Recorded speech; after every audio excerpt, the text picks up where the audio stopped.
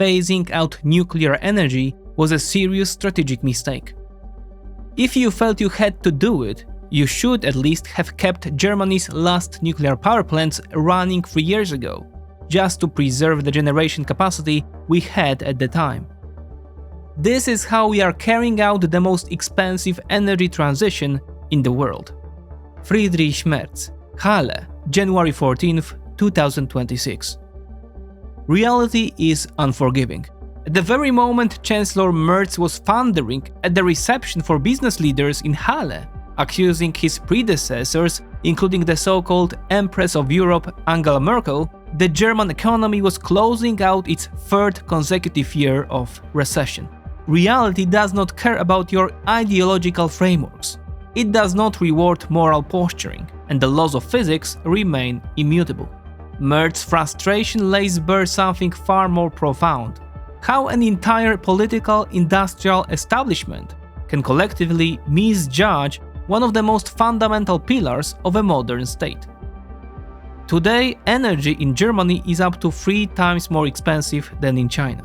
The same China that has turned Germany from an export champion into an importer, running a bilateral trade deficit of 50 billion euros.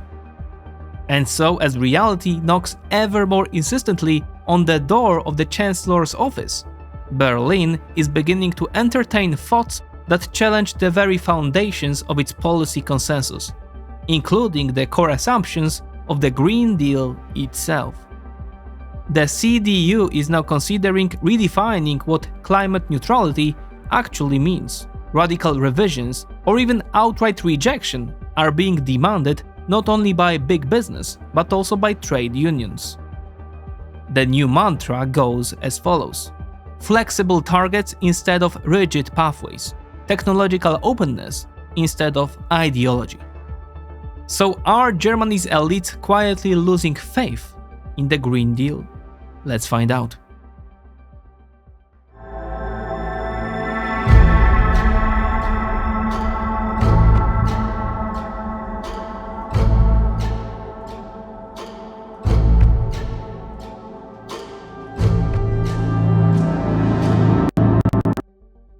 Many people decide to learn a foreign language hoping for quick results, but it often ends in frustration. Months of studying go by, vocabulary and grammar rules pile up, and speaking confidently still feels out of reach. Speakly was created to break that pattern. Instead of random content, the app focuses on the words and phrases that actually appear in everyday conversations, helping users start speaking much faster than with traditional methods. One of Speakly's key features is its built-in AI language coach, available 24/7. This digital tutor supports learning in real time, answers questions, and guides users step by step through each stage of progress. The experience stays engaging, with listening and writing exercises, practical tasks, and even music-based elements that help you naturally get used to the language. Speakly offers a lifetime plan. One payment gives full, unlimited access to learning multiple languages, forever. Check out Speakly through the link in the description and see what effective language learning can look like. I don't know of any other country that has made the energy transition as difficult and as expensive as Germany has.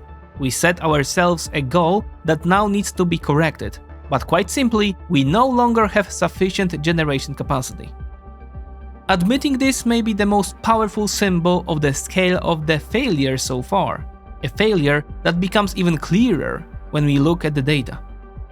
Electricity consumption in Germany peaked in 2007 at 625 terawatt-hours. Throughout the second half of the 20th century, Europe and other developing regions broadly assumed that GDP growth would translate into a proportional rise in electricity demand.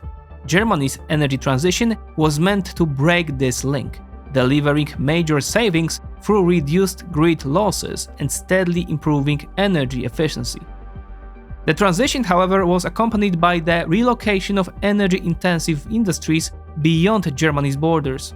After 2010, new chemical, metallurgical, and cement plants were built primarily in Asia, especially in China. This process was already described in a 2015 report by the Handelsblatt Research Institute, titled Future Scenarios for Energy-Intensive Industries in Germany and Austria.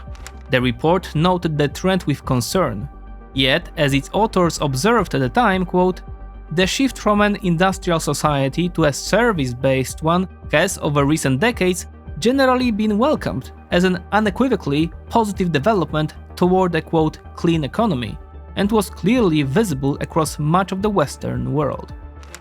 It was therefore no surprise that by 2015, electricity demand in Germany had already fallen to 588 terawatt-hours and continued to decline. 10 years later, it stands below 500 terawatt-hours. Therefore, over 2 decades, electricity consumption in Germany has dropped by around 20%. A similar decline can be observed in per capita electricity use. But lower consumption did not mean that German power plants were struggling with excess capacity, or that the energy market was facing oversupply. Quite the opposite. As recently as 2010, energy companies delivered 632 terawatt-hours of electricity to customers. By 2017, that figure had actually risen to 652 terawatt-hours. Then came a sharp collapse, down to just 432 terawatt-hours in 2024. That is a decline of nearly 35%. As Chancellor Merz himself noted, the shutdown of nuclear power plants turned out to be a serious strategic mistake. Their capacity was not replaced, neither by renewable energy sources nor by any other alternatives.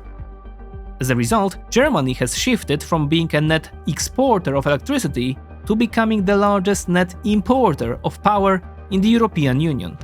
In 2024, Germany imported a total of 67 terawatt-hours of electricity, while exporting only 35 terawatt-hours. And as a final, almost symbolic data point, according to federal statistics, electricity production per capita in Germany stood at nearly 9,000 kilowatt-hours annually in 2008. By 2024, it had fallen to just 5,500 kilowatt-hours, a drop of nearly 40%. In other words, before our very eyes, the largest economy in the European Union and its most powerful member state has subjugated itself to a voluntary process of de-electrification. Worse still, this has happened at precisely the moment when China, which has emerged as the EU's primary economic and strategic competitor, has nearly doubled its electricity production over the past decade. One might say the operation, the energy transition, was a success. The patient, Germany, died. Not entirely, perhaps. Chancellor Merz's reflection is a positive sign, but Berlin now faces a challenge of historic proportions. The number one problem: competitiveness. The competitiveness of German industry has reached an alarmingly low level, reported Tagesspiel in November 2025, citing a study by the Munich-based IFO Institute for Economic Research. According to IFO, the assessment of German industrial competitiveness is now the worst in the history of the survey.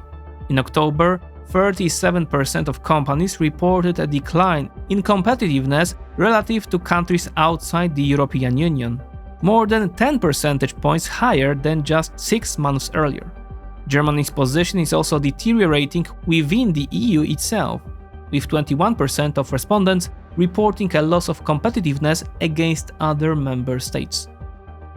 As Klaus Wohlrabe, head of research at IFO, emphasized, German industrial competitiveness has fallen to a new historic low, clearly reflecting the depth of the country's structural problems.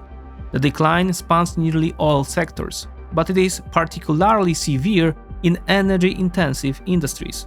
51% of chemical firms, 47% of electronics and optics manufacturers, and 40% of mechanical engineering companies report significant losses. As a result, industrial output has now been shrinking for the 4th consecutive year. According to Federation of German Industries, BDI, industrial production is expected to fall by around 2% in 2025. Since 2019, nearly 272,000 industrial jobs have been eliminated, 120,000 of them by September 2025 alone, including 49,000 in the automotive sector. Not a single industrial branch recorded net job growth during this period, confirming a slow but persistent contraction of the entire sector. But the final months of 2025 resembled a true rout. ThyssenKrupp began eliminating 11,000 of the 27,000 jobs at its steel-making subsidiary. So far, 2 steel plants, Gelsenkirchen in Germany and Isberg in France, have been shut down, both relying on electricity-intensive blast furnace processes. Meanwhile, the French chemical plant Dow has announced plans to close parts of its facilities in Schkopau and to shut down its entire plant in Bühlen. And this is only a small fragment of a much longer list of companies slowly drifting toward bankruptcy, or relocating production away from Germany to entirely different regions of the world. Quote, "Taxes, energy costs, and labor costs in Germany are so high that production here is simply no longer profitable for many companies," said Olivier Zander, president of the Gesamtmetall Employers Association, summarizing 2025. Quoting Zander, Der Spiegel added that Gesamtmetall expects a loss of tens of thousands of jobs in the metalworking and electrical engineering sectors in 2026, blaming the excessively high production costs borne by German firms. The situation is no different in the automotive and chemical industries, and only marginally better in the industrial equipment sector. Meanwhile, cars, automotive parts, machinery, chemicals, pharmaceuticals, and electrical equipment remain the core pillars of German exports. For a quarter of a century, exports have been the primary engine of Germany's economic model, driving growth and sustaining prosperity. The scale is impressive. In 2025, Germany exported goods worth 1.6 trillion euros. China, now firmly established as the factory of the world, can boast exports of roughly 3.4 trillion euros, but Germany's economy remains a major force on a global scale. However, the trajectories could not be more different. China continues to post relentless export growth and record trade surpluses. In Berlin, by contrast, policymakers are increasingly alarmed by the fact that German exports grew by just 0.6% in 2025. In practice, this means exports have stagnated since 2022, and in real terms have even declined slightly. Worse still, serious trouble has emerged in Germany's relationship with its most important export market, the United States. Donald Trump's tariff policy led to an approximately 8% drop in German exports to the US last year. This is particularly damaging given the structure of German sales to the American market. The largest categories are chemicals and pharmaceuticals, around 20%, machinery and equipment, around 19%, and cars and automotive parts, another 19%. In other words, precisely those sectors that are losing competitiveness because producing them in Germany is becoming increasingly uneconomical. The situation is even more troubling when it comes to China, which just a decade ago was seen as the most promising future market for German industry. Between January and September 2025, German exports to China fell by 12% year-on-year. At the same time, imports from China rose by 8.5%. As a result, China has become Germany's single largest supplier of goods, with imports totaling 124 billion euros. China's trade surplus vis-à-vis Germany is therefore set to reach around 50 billion euros.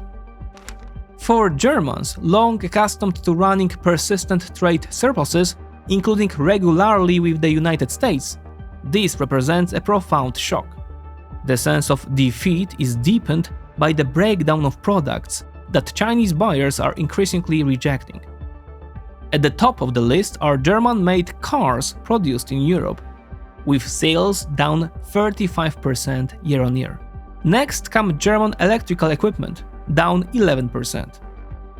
On January 20th this year, Handelsblatt summed up these developments with stark clarity. Quote, "The shock from China is hitting Germany with full force. China's record trade surplus is accelerating the decline of domestic industry." The Business Daily, specializing in economic affairs, warned its readers bluntly, quote, "With government support, Chinese companies first seized global market share from the German automotive industry. They are now exerting pressure on the mechanical engineering and chemical sectors." Unquote. The setback is not yet total. German exporters have recorded a sharp increase in sales to Poland, Spain, and Austria, but this relief cannot last indefinitely, given the limited purchasing power of those markets. Slowly, Germany's last remaining hope for a deeper economic breather is becoming the EU Freight Trade Agreement with South American countries grouped in Mercosur, as well as the newly signed similar agreement with India. Yet a decision by the European Parliament on January 21st to refer the Mercosur agreement to the Court of Justice of the EU could significantly delay its entry into force or block it altogether. Under these circumstances, the most urgent task facing Germany's governing CDU-CSU-SPD coalition is to prescribe a set of economic reforms that would allow the country to restore its lost competitiveness. Without them, it will be impossible to halt the continued slide of the European Union's most powerful member state down a steep downward slope. During the New Year's reception for business leaders in Halle, Chancellor Merz devoted considerable attention to energy costs. He declared that his goal was to restore electricity prices to an acceptable market level and to avoid having to constantly subsidize them from the federal budget. At this point, he was emphatic. "We cannot do this over the long term," he said. For now, however, the short-term horizon matters more, specifically getting German industry back on path toward regained competitiveness. Yet, according to globalpetrolprices.com, a portal that tracks energy prices worldwide, German companies paid an average of 28 cents per kilowatt-hour of electricity in 2025. In China, the figure stood at just 9 cents, up to 3 times cheaper. Even when benchmarked against other countries, the gap remains stark. As Global Petrol Prices notes, electricity prices for businesses in Germany amount to 173% of the global average and 135% of the European average. That is why at the start of the new year, the government launched a plan aimed at significantly lowering electricity prices. The strategy itself is relatively straightforward. It involves cutting taxes and levies imposed on electricity and its transmission, as well as reducing fees charged for gas storage. This, however, creates a shortfall in revenues for energy companies, one that the federal government must fill through subsidies paid out of the state budget. According to estimates by the German Economic Institute for Handelsblatt, the cost to the German budget in 2026 will amount to approximately 30 billion euros, as Andreas Fischer, an energy expert at IW, quoted by the paper cautioned, quote, "In the long run, this is a very costly measure, and it does not address the root cause of the problem." Chancellor Merz is fully aware of this. This is why work on new gas-fired power plants has accelerated sharply. This year, the government plans to announce tenders for new generating units with a total capacity of 12 gigawatts. 10 gigawatts of this pool will be brand new gas power plants, with the remainder allocated to other types of fuels. These plants are expected to come online by 2031. At the same time, Economy Minister Katharina Reiche announced that further tenders will follow in subsequent years, with the target capacity of gas-fired power plants rising to 20 gigawatts. Care has also been taken to carefully powder the entire investment program, so as not to undermine the official narrative of the government and the European Commission. That narrative holds that by 2030, electricity generated from renewable energy sources will account for as much as 80% of total power in Germany's energy system. Accordingly, the new gas power plants will be designated as reserve capacity, to be used solely for stabilizing the system. Moreover, at some point in the more distant future, they are supposed to switch from natural gas to hydrogen, having been designed to accommodate hydrogen combustion. Yet the growing body of evidence suggesting that this future may be very distant has been discreetly glossed over. As a result, on January 15th, the European Commission had little difficulty granting preliminary approval for the new German gas plants to be included in a public support scheme. These investments will therefore be continuously subsidized from the federal budget. This happened despite formal complaints submitted to the Commission by renewable energy providers, as well as German environmental and climate organizations, which warned that, quote, the plant subsidies risk creating new dependencies on fossil fuels, distorting competition and slowing the development of clean alternatives, unquote.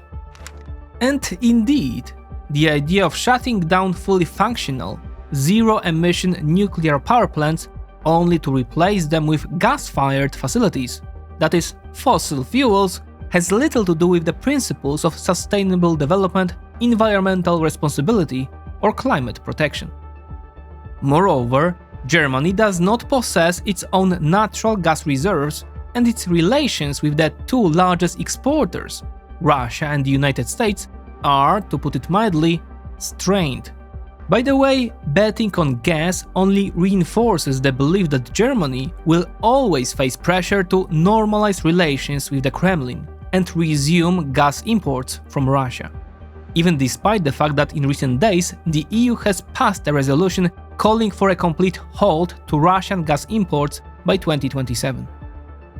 Returning to Merz, it is worth noting that these plans are increasingly being seen as insufficient half measures within the CDU itself.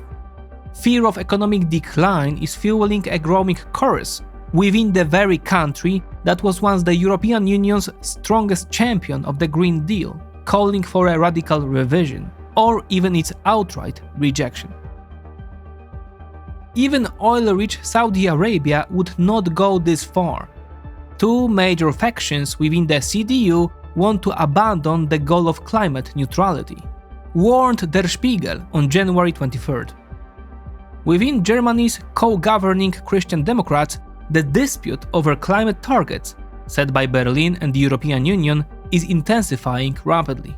Calls for their radical modification or even outright rejection are now coming in unison from big businesses and trade unions alike. The long-standing consensus that Europe should achieve climate neutrality by 2050 through reductions in greenhouse gas emissions is increasingly being challenged. The same applies to the assumption that Germany would reach this goal as early as 2045. A draft special party resolution published by Handelsblatt has even emerged. It reads, quote, the German CDU calls for an adjustment of national and European climate protection targets in order to safeguard economic competitiveness, the performance of small and medium-sized enterprises, SMEs, as a pillar of industrial value creation, and to preserve jobs under changed economic and geopolitical conditions. Unquote. The resolution is accompanied by concrete demands, including an increase in the pool of free CO2 emission allowances within the emissions trading system. This would be paired with a slowing of the reduction in the total number of allowances in circulation, a process that currently drives up the price of ETS permits in the European emissions trading system. Added to this is the slogan, quote, flexible targets instead of rigid pathways, technological openness instead of ideology. The grassroots initiative has caused considerable unease within the CDU leadership, as it could spell serious trouble for Chancellor Merz. A direct assault on what has until now been treated as sacrosanct climate policy could threaten the cohesion of the governing coalition. Within the SPD, there are so far no signals that even a reconsideration of long-standing programmatic assumptions is underway. For a quarter of a century, the Social Democrats have consistently pushed for the shutdown and rapid dismantling of all nuclear power plants, pressing ahead regardless of the energy crisis or the loss of cheap Russian gas. Their faith in green energy and the necessity of climate neutrality remains undiminished. The primary objective continues to be the acceleration of decarbonization in Germany and across Europe. As a result, attempting to implement the demands now voiced by groups such as the CDU-CSU Association of Small and Medium-Sized Enterprises and the Christian Democratic Workers Association could trigger the collapse of the coalition and lead to early elections. Ahead of the CDU Party Congress, scheduled for February 21st, 22nd, the task of crafting a unified Christian democratic position on climate policy was therefore entrusted to Vice Chairman Karl Josef Leumann and Andreas Jung. The goal is presumably a compromise, one that signals change and offers hope to employers and workers alike, yet stops short for bringing down the government. In Stuttgart, 1,001 delegates will also elect the party leadership and its chair. All indications suggest that Friedrich Merz will once again assume that role. Officially, a modest correction in climate policy combined with continuity in leadership would, for now, be the optimal scenario.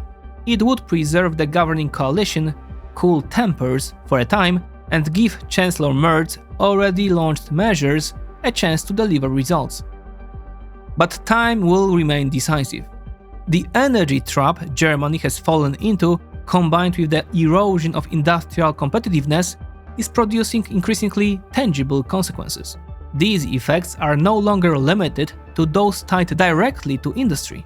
They are beginning to be felt even more acutely by ordinary, middle-income Germans as well. This is happening because the foundations of the welfare state are being steadily eroded. Those foundations rest largely on local governments, which shoulder responsibility for a vast share of public services. Municipalities finance, from their own budgets, kindergartens, schools, infrastructure, social care, and the operation of asylum centers, including benefits for asylum seekers. Until recently, the quality of these services was widely regarded as exemplary. But over the past 3 years, problems have been escalating rapidly. At a press conference in Berlin on January 5th this year, Ralf Spiegler, president of the German Association of Towns and Municipalities, declared bluntly, quote, "The situation is dramatic. Many cities and municipalities no longer know how to finance their expenditures. Construction projects already have to be halted. Funding for cultural and social activities is also being suspended out of necessity." As local officials told journalists, data from Federal Statistical Office show that the budget deficit of German municipalities is rising year after year. In 2023, it stood at around 7.5 billion euros. In 2024, it jumped to 24 billion. In 2025, it is expected to exceed 30 billion euros.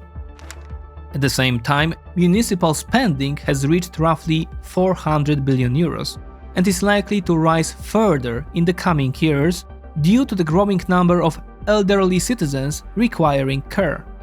As a result, local governments have begun demanding that the federal government assume 1/3 of municipal expenditures related to social services. Shortly thereafter, Deutsche Welle illustrated these dynamics in a report on the municipality of Weissach in Baden-Württemberg.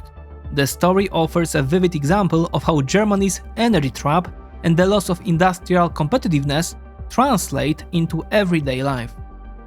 With just 7,700 inhabitants, Weissach, located near Stuttgart, was long considered the wealthiest municipality in Germany. Porsche operates a major development center there, paying substantial local taxes. In 2009, those revenues amounted to 20,000 euros per resident. At the time, anyone who wanted to build a home in Weissach and had children received a 10,000 euro construction subsidy per child from the municipality. Quote, "A 4-story library was built, A concert grand piano costing 100,000 euros was purchased, and subsidies for private music lessons were granted, Deutsche Welle reports. Then it adds, hard times have arrived. The German automotive industry is mired in the deepest crisis in its history. At Porsche alone, profits fell by around 96% in 2025. As a result, bankruptcy now looms over Weissach. Germans, however, are entirely unaccustomed to the idea that their state might simply stop providing services they take for granted, especially at the moment when living costs are rising, household incomes are stagnating or falling, and mass layoffs are spreading. Taken together, this creates a textbook combustible mix, fueling social frustration. And such frustration, sooner or later, inevitably translates into radical shifts on the political stage.